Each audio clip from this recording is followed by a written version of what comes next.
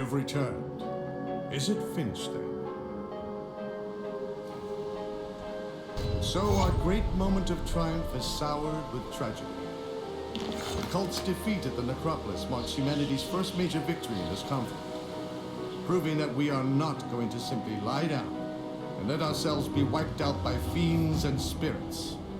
Word of this victory will spread and give people hope that someday this nightmare will truly be over. Yet we cannot forget those who sacrificed their lives to bring us here. Brave men and women of the Black Legion who took up arms in the defense of Uralan, a nation that scorned them as criminals, outcasts, and even traitors.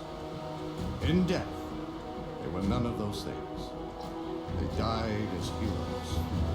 But I refuse to count Ulgrim among the dead just yet. I owe him that much. I could use your help. Are you with me?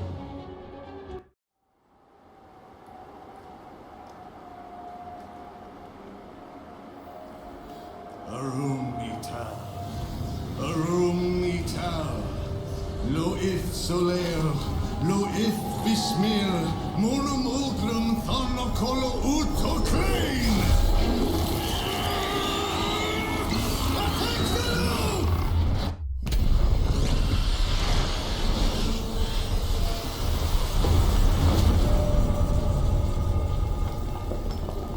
This is too dangerous. Need to find another way. The rift gate! Something's coming through! Inquisitor Creed.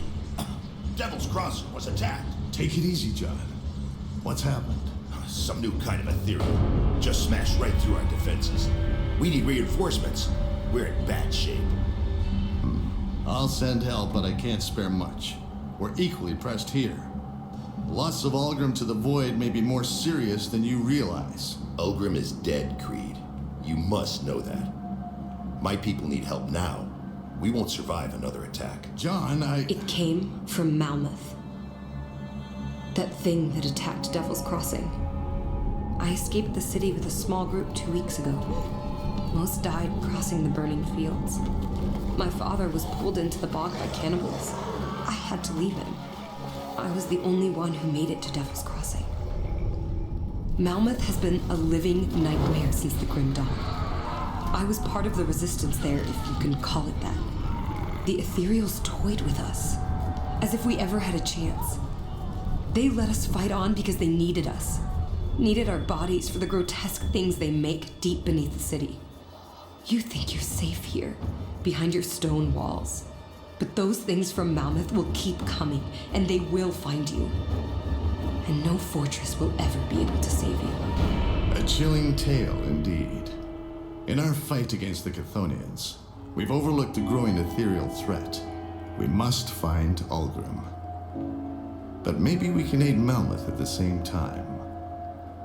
You've already done a great deal, but we must ask for your help once again.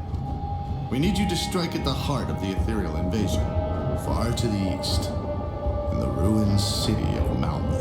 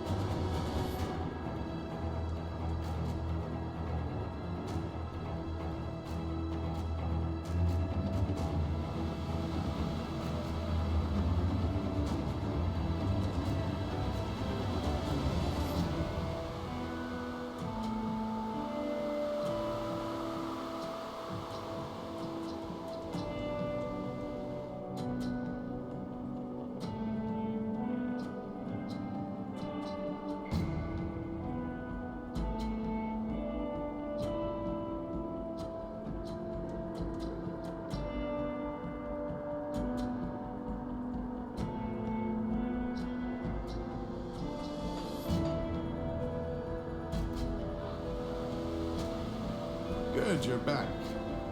Have a moment? I struggle to admit this.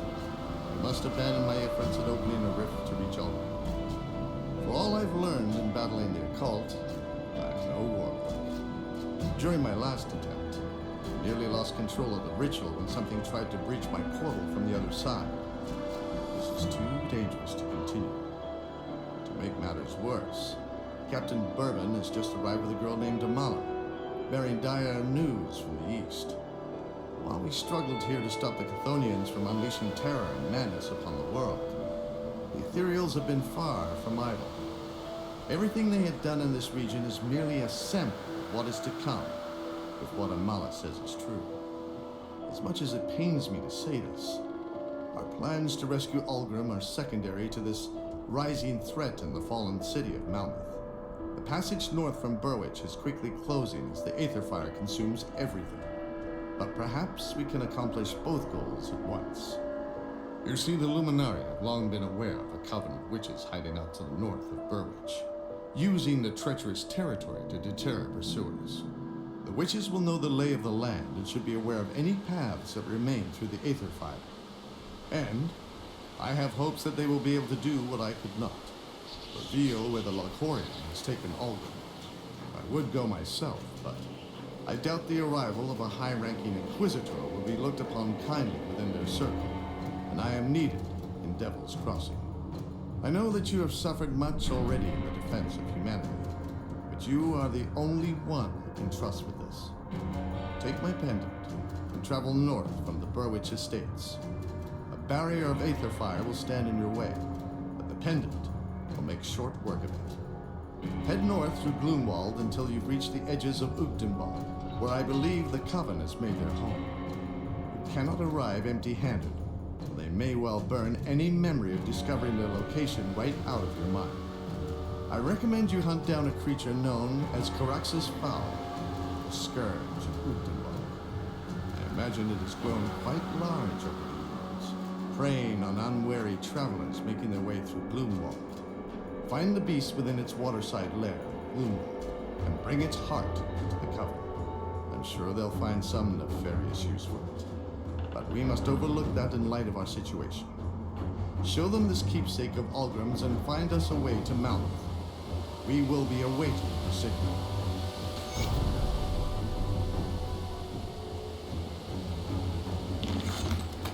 Though the situation is dire, we must remain hopeful. We're counting. I know. It doesn't seem like much, but this is one of only a few things Ulgrim dragged around everywhere he went. It clearly had sentimental value, something the witches could use to divine his whereabouts, if he still lives. There's a lot to Ulgrim that you don't know about, that none of us know about. He seems more than human. I suspect has been walking this world for a lot longer than you and I combined. He could become a devastating weapon of the Chthonians if we allow them to corrupt his mind.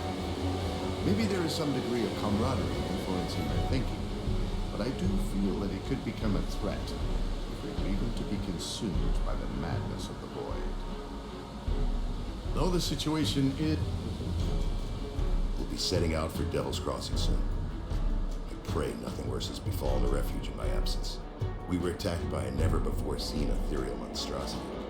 It exited the rift yesterday morning, and while the salt lines caused a great agony, it was able to cross and attack. We lost many people taking it down, including Sadina, who sacrificed herself to cripple the beast with one of her wounds. May she rest in peace. Her name is Amala. She wandered into Devil's Crossing a few days ago, claims she's from Malmeth, far to the north. If that's true, and thus far I have little reason to believe otherwise, then she's been through one hell of a journey to reach us, and she did not paint a pretty picture of the city. We were attacked by a never-before-seen ethereal monstrosity. Excuse me, could I have a moment of your time? I overheard that you will be headed beyond Gloomwald in the hopes of reaching Malmeth.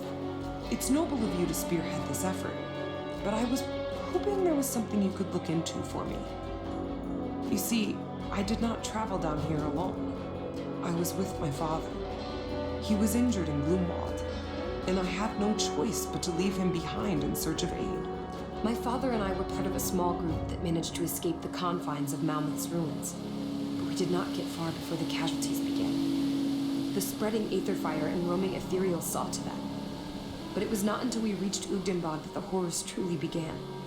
Cannibals, poisonous fumes, and even carnivorous plants threatened our every move. By the time we entered Gloomwald, it was just my father and I, but we were not out of danger yet. A pack of cannibals ambushed us in the night. My father was injured in the fray. While it wasn't fatal, I had no choice but to leave him so that I could find help. Eventually, I found my way to Devil's Crossing. I'm not sure how long my father can survive on his own.